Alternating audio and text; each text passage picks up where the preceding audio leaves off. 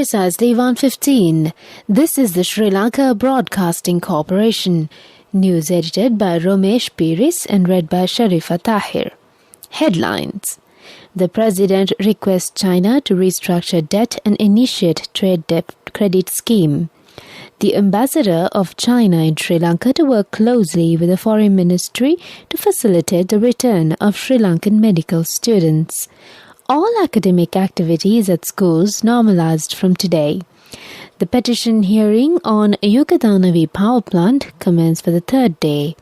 The CEB gets approval from the PUCSL to impose power cuts from today. The Treasury to directly collect special GST and VAT. The National Film Corporation to celebrate its 50th anniversary, marking a week of free film screenings. Sri Lanka loses 3 of its legendary entertainers. In international news, Myanmar's Aung San Suu Kyi sentenced to 4 more years in prison. Sports cricket, Zimbabwe national cricket team arrives in the island. We move on to local news in detail. A meeting between the State Councillor and Foreign Minister of China Wang Yi and President Gotabaya Rajapaksa was held at the Presidential Secretariat, further strengthening the 65 years of diplomatic relations between Sri Lanka and China. The President pointed out that it would be a great relief to the country if the attention could be paid on restructuring the debt repayments as a solution to the economic crisis that has arisen in the face of the COVID-19 pandemic. The President also said that if a concessional trade credit scheme could be initiated for imports from China, it would enable the industries to operate smoothly.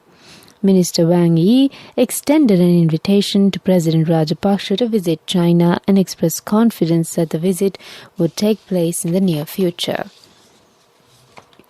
Following a special request by Prime Minister Mahinda Rajapaksa on behalf of Sri Lankan medical students waiting to return to China to complete their studies, State Councillor and Foreign Minister Wang Yi immediately instructed the Ambassador of China in Sri Lanka to work closely with the Foreign Ministry to facilitate the return of Sri Lankan medical students. The matter was discussed during the bilateral meeting between Prime Minister Rajapaksa and the visiting Foreign Minister at the Temple Trees on Monday. Currently, approximately 1,200 medical students, including 400 final year students who are studying at Chinese medical institutions, are waiting to return to China to complete their studies.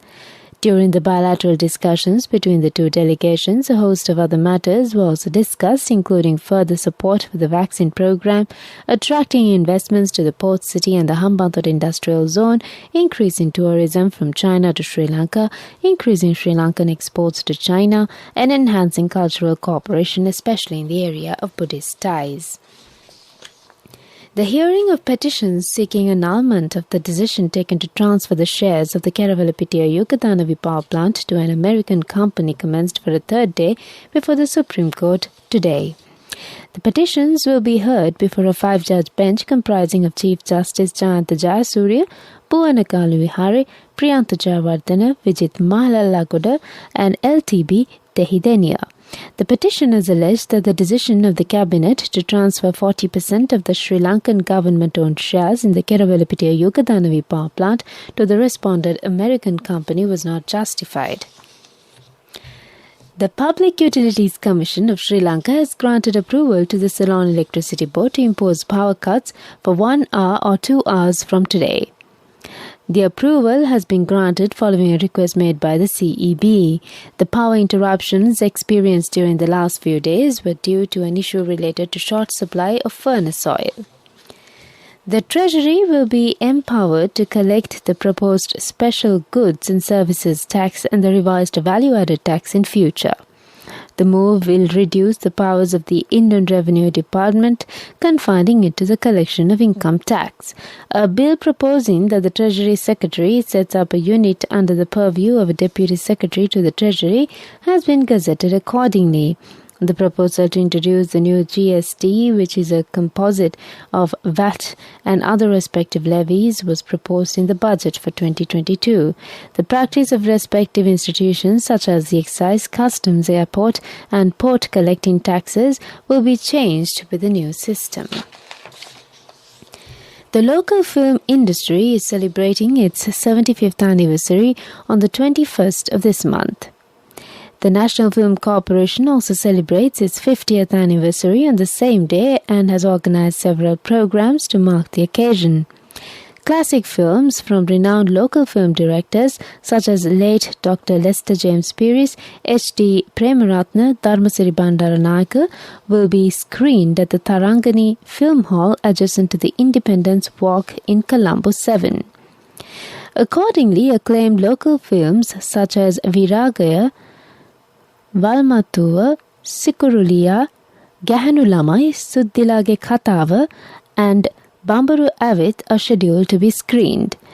The film Golu Hadavata, a popular 1969 Sinhalese romance story directed by the legendary late Dr. Lester James Pieris, will kick off a week of classic films from 5 p.m. at the Tarangani Film Hall. Admission is free. This is the Sri Lanka Broadcasting Corporation giving you the news. People's Bank Isuru Udana gift certificates, a valuable gift for any child.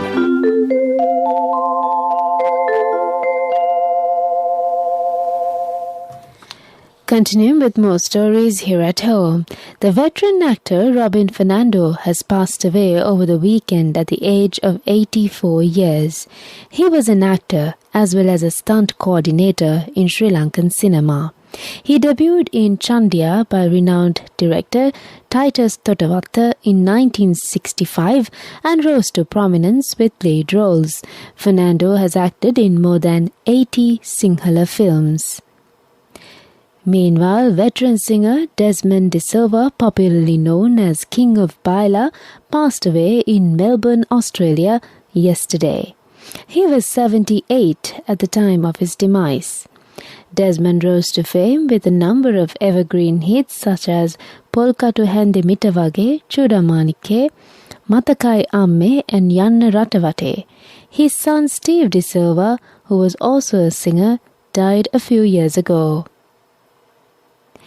Moreover, veteran actor Gamini Ambalangoda passed away on Monday at the age of 66 years. He had been ailing for some time. Best known as a comedian, he contributed to a number of stage plays and teledramas.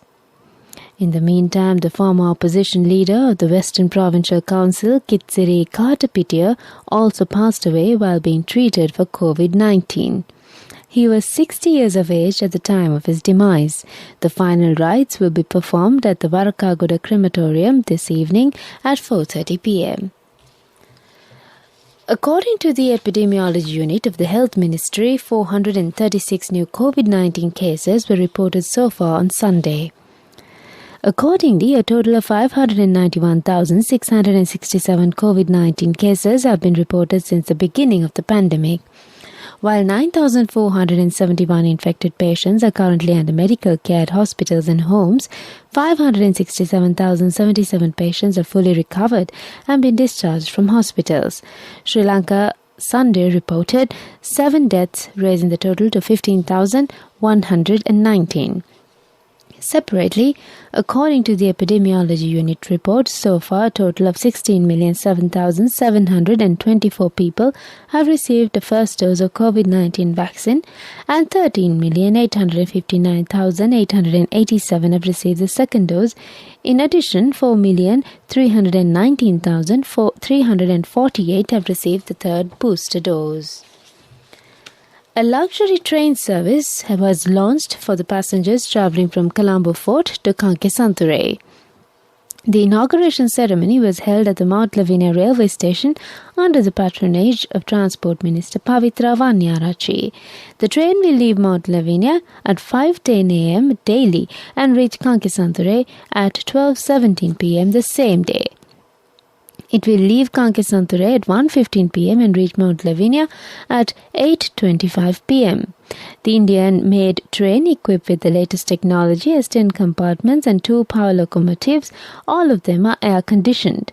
Also, the Railway Department has taken steps to equip the compartments with state-of-the-art facilities. Passengers who wish to avail the services of this train will be able to buy e-tickets online a month in advance. This train was procured under the Indian Credit Line Scheme at a cost of 2,500 million rupees.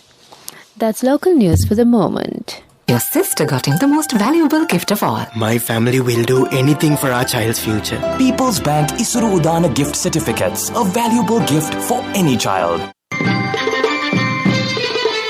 The main news story is brought to you by Siddhalepa Vedamahatmya. The Ministry of Education says that academic activities of schools in the country will be back to normal from today with the return of all students back to school. The Secretary to the Education Ministry, Professor Kapila Pereira, said that the decision was taken based on the advice of the Director General of Health Services. However, starting from today, all students will be returning to their respective schools for academic activities as per usual. However, the Education Secretary said canteens of schools will continue to remain closed. Meanwhile, the Secretary to the Ministry of Education stated that there will be no postponement of the GCE Advanced Level, Grade 5 Scholarship as well, and the GCE Ordinary Level examinations that are scheduled to be held this year. The main news story was brought to you by Siddhalepa Vedamahatmya. And on Watchlight, the Colombo Port City Marina Promenade public walk path will be open to the public daily from today. Accordingly, it will be open to the public from 9 a.m. to 6 p.m. using the entrance located in front of the Presidential Secretariat. The Marina Port City Promenade was declared open yesterday. That's on Watchlight. Coming up, World News.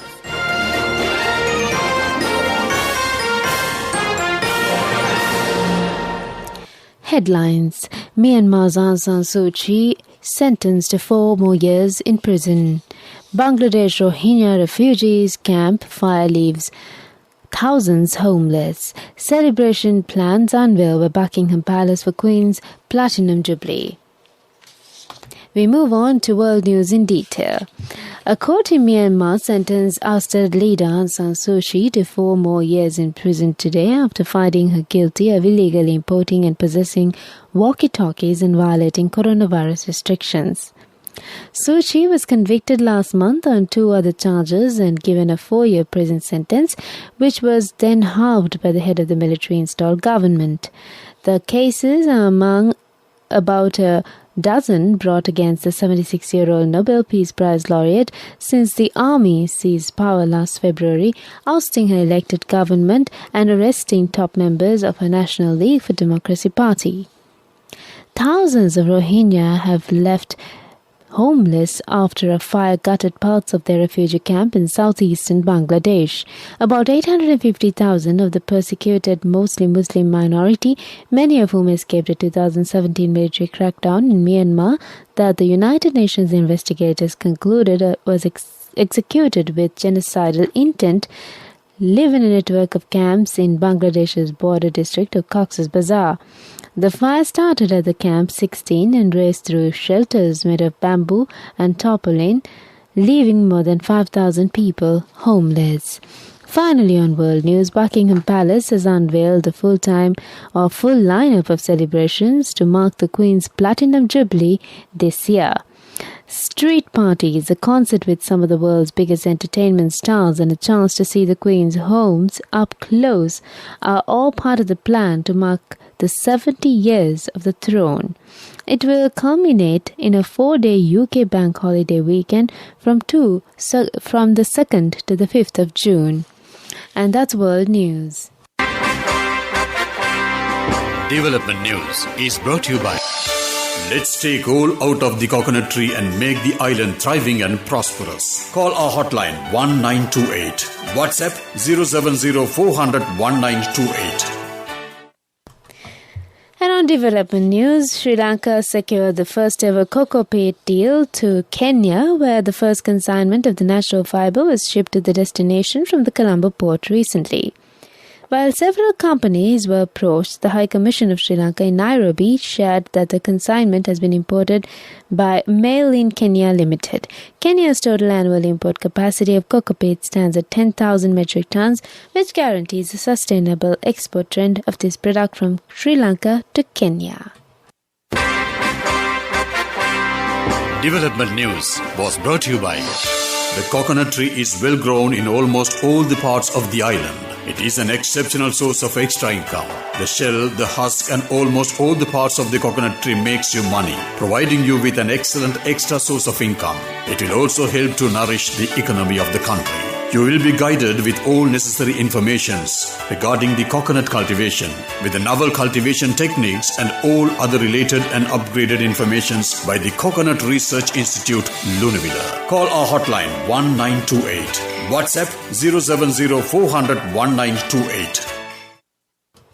And on sports news, cricket. The Zimbabwean national cricket team has arrived in the island early this morning to take part in a one-day international series.